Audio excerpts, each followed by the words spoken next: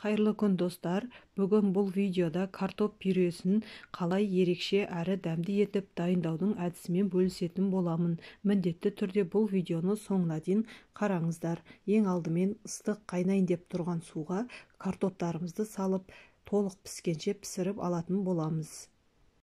Екіншіден, дайын болған піскен картопымыздың суын толықтай төкпейміз. Түбінде 2 қасықтай су міндетті түрде қалдыруымыз қажет. Картопты арнайы картоп езетімен езіп аламыз және үстіне тұзды, майымызды және міндетті түрде достар ыстық сүт болу керек. Ыстық сүтімізді құйып, қасықтың көмегімен араластырып аламыз.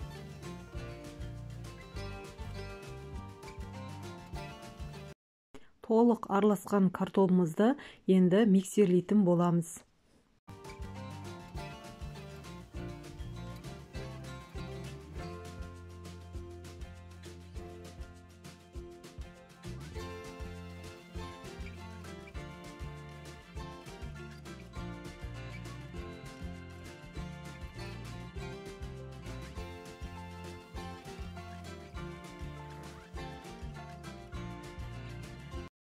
Достар, картопты миксерлейтін болсақ, сіздің пюреңіз үлпілдек, жұмсақ, жеген кезде ерекше дәм береді.